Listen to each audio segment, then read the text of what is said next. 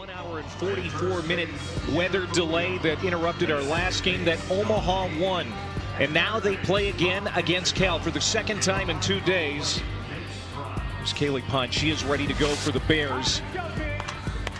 There you see our layout. Talk to her, just very calm. Even under pressure, doesn't show too much, and just great command of her pitches.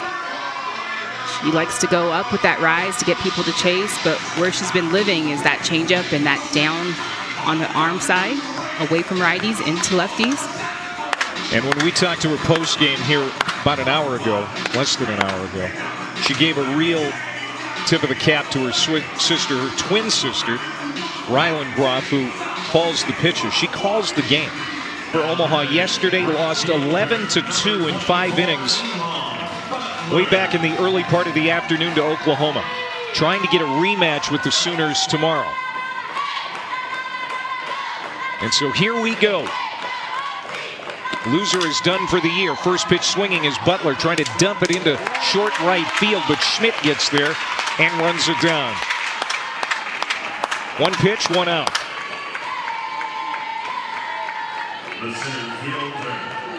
As a regular in the Bears lineup. Plays a terrific center field, made a beautiful diving catch yesterday in the outfield. And leads the team in hitting. I like the move. In the first game, she was down in the lineup. She moves up to the 2 spot. Look at that average, 396. She is 3 for 5 in the region. 1-0 from Groff. Flash bunt. And it's called strike. It's excellent student, too. Comes from a long line of Cal graduates. Both of her parents, 2 uncles, and an aunt have degrees from Cal Berkeley.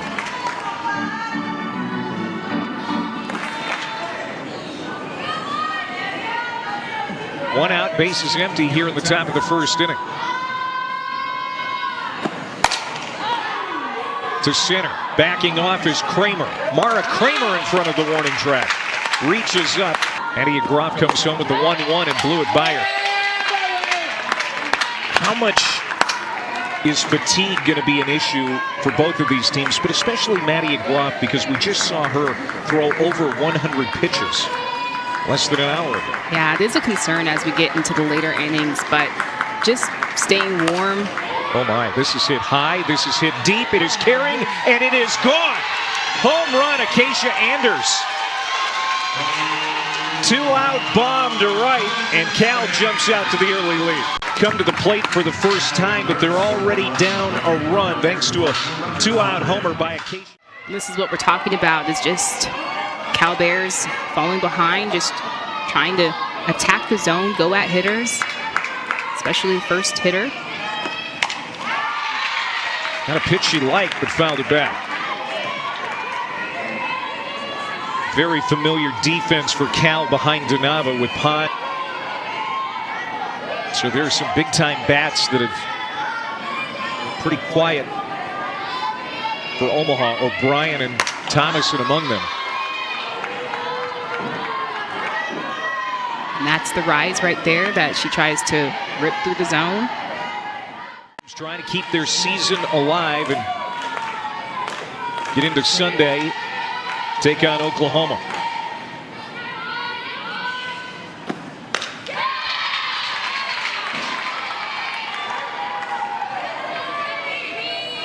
Adia Groff gave up that home run to Acacia Anders in the first inning. Otherwise, get to be pretty familiar with that pitcher. When you face a pitcher that many times, no matter how good they are, you start to build some type of comfort in the box. You just have the feeling of their speed, their spin.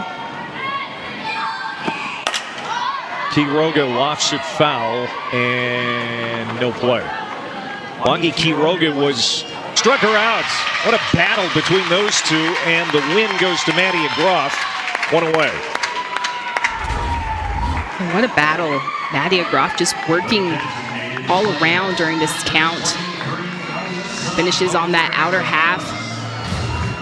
Just untouchable for Wangi Quiroga.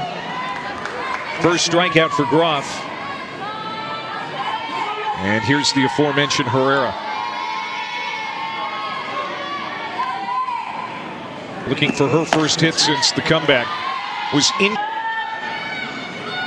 2 balls and 2 strikes to Herrera.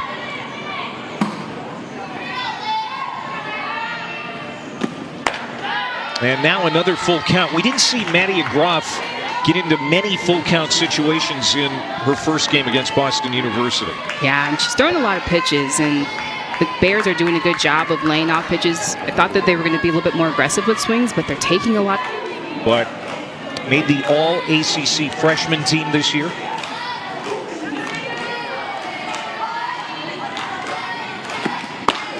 She's in the lineup because of her defense. Yep, because of her defense. And Coach Spencer just says she's such a dog.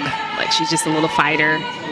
Partial to the smaller players, Coach Spencer. Similar to her. Another long battle here between Maddie Groff and a California hitter, this time Mia Phillips. California won 4 conference games at the end of the regular season to pretty much give them some wiggle room. Freshman rocks and fires. Chasing it up as Johnson can't catch up with that heat. And that is the first strikeout for Miranda DeNava. Miranda DeNava finds her first strikeout on that rise, and she's going to continue to rip that ball through the zone. Katherine Johnson just underneath it. Out number 1. Here's Ava. Few players in this lineup in a 3rd straight NCAA tournament. And that's a good take right there. That rise, that low rise is so hard to just take. But with a pitcher like DeNava, you just got to have those pitches in mind that you're hunting, those pitches that you're also going to take, because she's able to separate her rise ball. So she tunnels them, so she's got that low rise and high rise. On the year.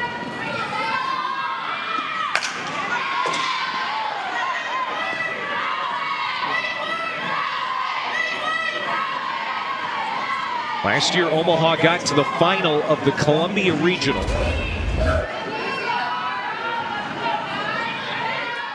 They're just playing well on all sides of the ball, and you just start to think about who can stop them. You know, could it be Maddie Groff's pitching? Could it be Cal's offense? And that's where I'm starting to go. And it's going to be tough with both of these teams, because I feel like the Sooners, they just possess all the tools.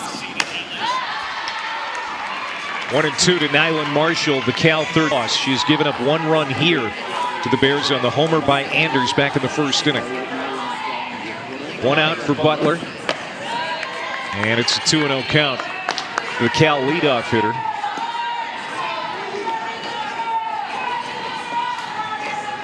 As she has reached in 22 straight. She has great speed when she is on the bases. 5th in the ACC, and Lee running by. Butler goes to 2nd on the play. There are 2 down. Boy, that was smoked. It was smoked, and just the Bears just trying to get something going. Elon Butler was on the move on that pitch, and take a look at her. She was stealing. Mika Lee had the hit and run on, and ropes it to first, but still gets the job done and moves the runner and runs. Off is running out of some steam, and how could you hold it against her? I mean, she's been out there pumping for 5 hours now. Yeah, just the sharpness starting to come away from her a little bit, but not much. 2 on for the big hitter Tiana Bell, 15 homers on the year. First plate appearance of this game, and still looking for her first hit of the tournament, 0 for 5.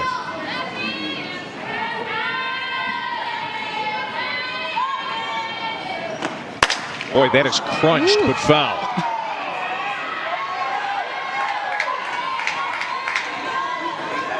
She hit that 240 feet, but about 40 feet foul. Yeah, she hit that hard. Yeah, just check out her hands, just like some quick hands straight to They did not like it at all. But she just could not get a grip, and She was just looking for that right ball. Looked like she wanted a more worn out ball. She was getting fresh new ones out the wrapper, so she knew what she wanted. One strike to Allison Edwards.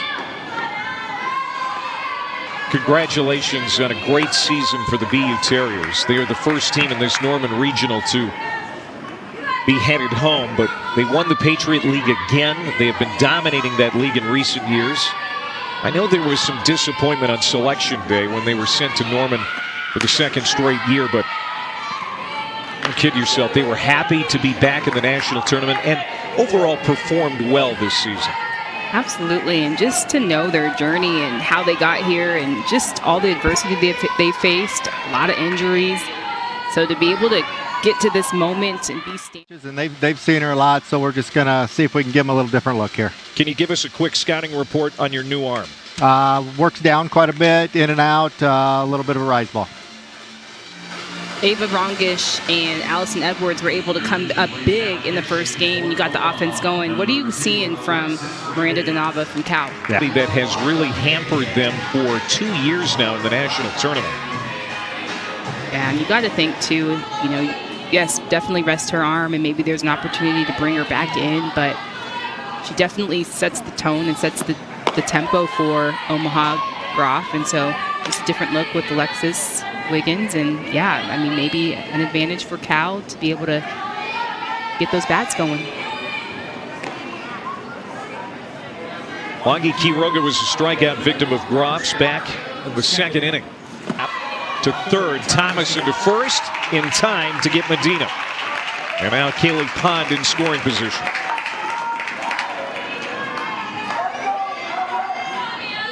And that almost works like a sacrifice, just putting that ball in play, trying to get Pond in scoring position.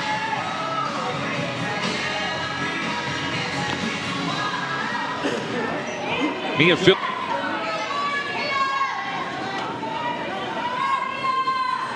Three and one to Phillips. Hit hard up the middle, base hit. And Kaylee Pond will score easily. Big run for the Bears. It's 2-0 here in the fourth. Mia Phillips, the freshman, with a big run batted in, her 33rd of the year. She may be small in size, but she swings it big and puts a good bat to this ball. This ball is over the heart of the plate, and she hits it right back up the middle. Cal up. 1-1, popped up, back behind home plate. Ryland Groff takes the mask off, but it's well out of play.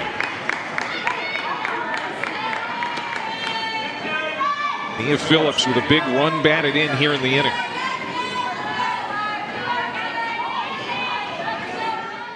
That game in front of this one went into a weather delay. What were you able to do with your time?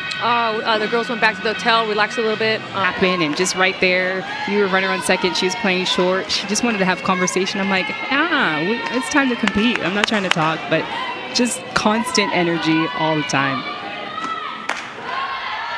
Ball and a strike to Ryland Groff to lead off the fourth inning for Omaha. I don't know that I've used that term before, heard that term just before. I love it, though. You're just swatting at it. And 0 for 7 in the regional. Their best hitter has been silent here in Norman so far, and it's popped up this time, and it's Quiroga again calling for it. She has another one. 2 up, 2 down here in the fourth. Boy, these are big outs. And the Bears are at the top of their order with Elon Butler, followed by Micah Lee.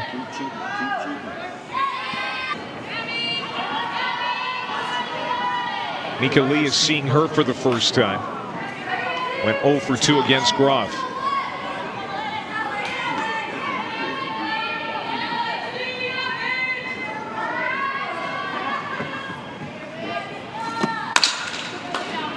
Bounding ball to second, Johnson to first, and Mika Lee is retired.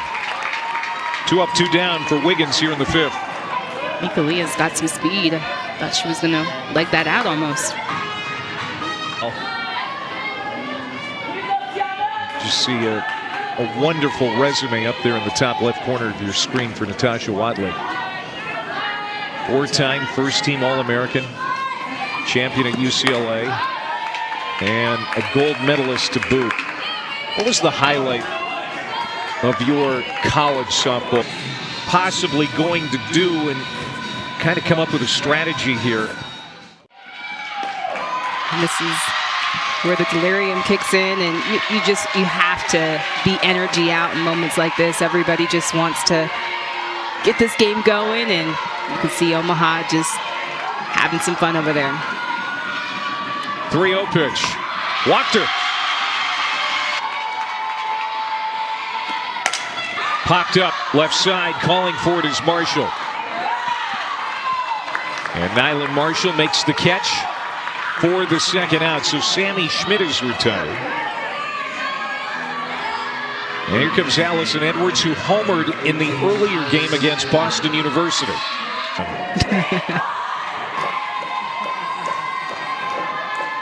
2 balls, 1 strike to Kaylee Pond. Fastball right at the belt. 2-2. Alexis Wiggins replaced Maddie Groff after 3 innings, so this is the start of her 3rd inning. 1 run allowed, 3 hits through 2 innings, no walks, 1 strikeout.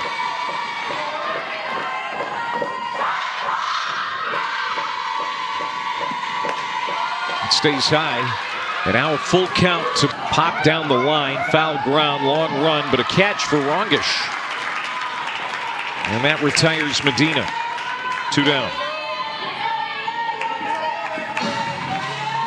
Because Cal won 1-0 yesterday over Omaha. Lost earlier today, which seems like a lifetime ago, I'm sure, for some of these players.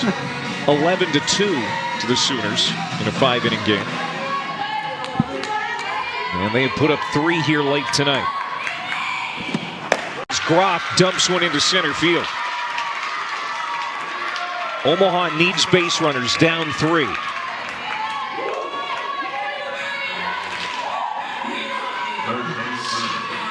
Just the momentum that Omaha needs. Rylan Groff getting it done.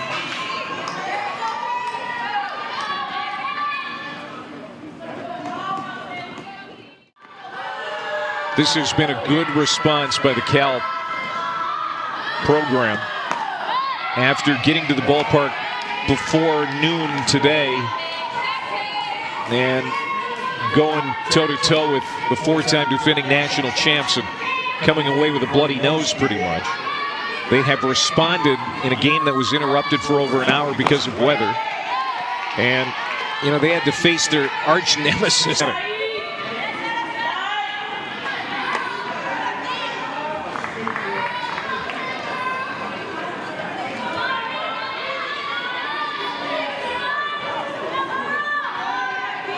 Omaha's bats had been hot coming into this regional. 27 hits in the Summit League tournament. 13 runs scored, but just 11 hits here in the last couple of days.